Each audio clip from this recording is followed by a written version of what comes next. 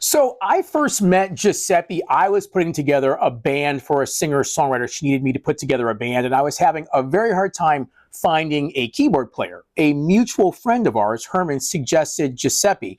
And everyone else that I'd interviewed for the thing, they all were very happy to have the gig. But Giuseppe was very different. He immediately started asking me a ton of questions, and it became very apparent very quickly that it was him interviewing me, almost interrogating like the CIA. The only thing I was missing were handcuffs behind the chair and a light bulb swinging from the ceiling. I was like, this guy's absolutely serious. He's ambitious. He has a ton of questions. He really thinks deeply. He has both linear and spherical schools of thought. So I was like, yeah, I absolutely have to work with this guy. And then he approached me later and said, I have this novel project, unlike anything in the world, an Italian-based world music band with roots and emphasis in funk. And I was like, yeah, San Francisco, we can totally make that work here. And I'm very happy to say that we have. Growing up in Akron, Ohio, it really is the center of the United States in so many ways. A classic American upbringing. But what I remember the most, the music of my parents. They were big fans of big band, Count Basie, Glenn Miller, Duke Ellington.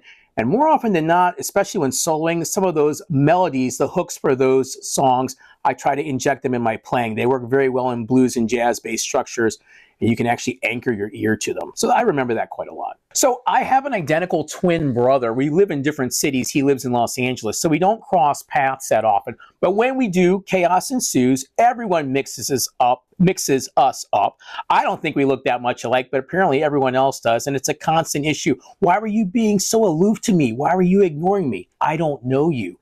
So this happens all the time, and you just have to have a good sense of humor about it and hope that you don't offend people that think that you don't remember them or didn't recognize them. It happens more than you would think.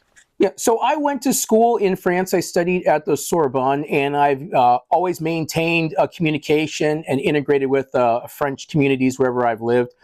It certainly impacts what I do in Sonamó. I think if you know a Romance language, certainly French and Italian, they sing. There's melody to them in a way that perhaps classic languages from other backgrounds don't have. And I always think of that. There's always a punctuation and a passion behind everything. And I always try to make sure that I interject some of that into my playing as well. It is something that more often than I would expect, I do fall back on and think about. So people ask all the time, what is a secret technique that I have that I might bring into my mixes and especially into Sonamó?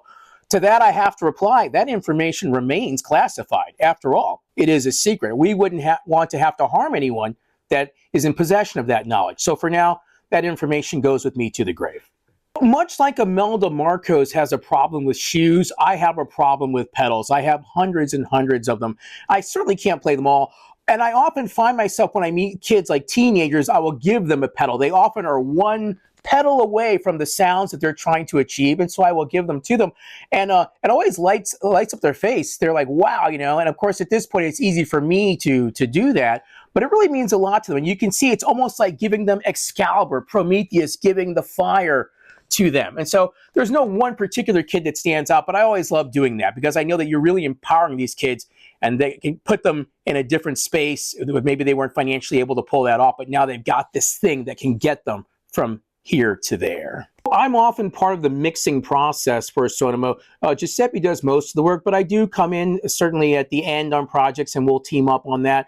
One thing I always enjoy is trying to use some of the newer plugins and the newer technology. You can certainly use plugins for mixing that mirror, that ape, that parrot, the old analog workflows, but there are different tools nowadays that I think produce a better sonic result. So I always try to keep abreast of that, the cutting edge technology, to get mixes and not merely equal, but surpass the classics we've heard in the past. In our Reimagined Classics, we do get to do a lot of guitar, a lot of stunt guitar, if you will. And that's certainly fun because a lot of times when we reimagine these things, we put much more propulsion, energy, and drive into the tracks than they originally had. And you know, every instrument is good at something. I think guitar is very good for adding propulsion, energy, and drive to tracks. So I'm a trained assassin, and that's what I came here to do. So I'm often asked, is there a particular piece of gear, especially one of those pedals that I have or one of those plugins that I consider unobtainium, the magic fairy dust or pixie dust thing. And that's tough, man. That's the reason I have so many of these is it's like choosing between your children. It's like saying, who's your favorite child? But certainly, if I had to pick one pedal to battle my way into heaven at the gates with St. Peter,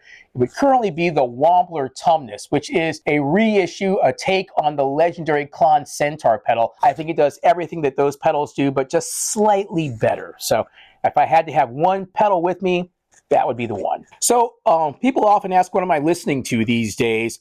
And the answer might surprise some people. I don't really listen to a lot of music outside of Sonamó other than what I'm actually doing here in my recording studio. That takes up an excessive amount of my time, and I try to give my clients everything I have. So whatever clients I have in the studio, and that can be folk, pop rock, hip hop, tech house, that's what I'm usually listening to at the moment. And fortunately, we're in San Francisco in the Bay Area, where there are a lot of great musicians with a lot of great ideas. So I don't feel like I'm wanting for anything. I have a cornucopia of music to listen to here. One thing I've always admired in certain guitar players, they seem to fall into two camps. Those maybe like, I'll say like an Angus Young of AC/DC that just have a very singular, consistent sound. And then you have people like, say, Vernon Reid from Living Colour, Jimi Hendrix, Trevor Rabin, who paint with so many different colors. I've always tried to paint with different colors. And so one thing I've been into a lot recently is soundtracks, listening to dense, layered soundtracks from a compositional perspective. And they always just sound, for lack of a better term, cinematic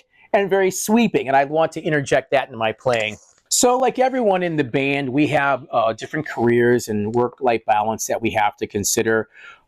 Oftentimes, I find myself burning the candle at both ends and the center, because after a gig, I might come back here to the studio. Fortunately, genetically, I don't require a lot of sleep. I'm very much like my father was, 4 hours and I can get by. Not that I want that, but I can get by on 4 hours. But what drives me, certainly when I'm at the studio, you just get up and you see all these amazing albums on the walls and go, this is where magic was created. Albums that I coveted as a kid, that my parents had. It's all right here, and it inspires you. Go, we're in a position to do great work, and we got to do it now. The band is meeting with more and more success these days, and it's very, very encouraging, especially the reaction to the new album. I think like everyone else, I just like to see us reach a wider audience. I certainly enjoy small club gigs, but I also enjoy the bigger stages. We've been blessed to play a few festivals, and I'd certainly like to see that continue, to see us play larger venues and just reach as many people as possible. You know, on Uber Eats, I tend to go with Wok Station, some hot and sour soup, man. I'm a sucker for late night hot and sour soup.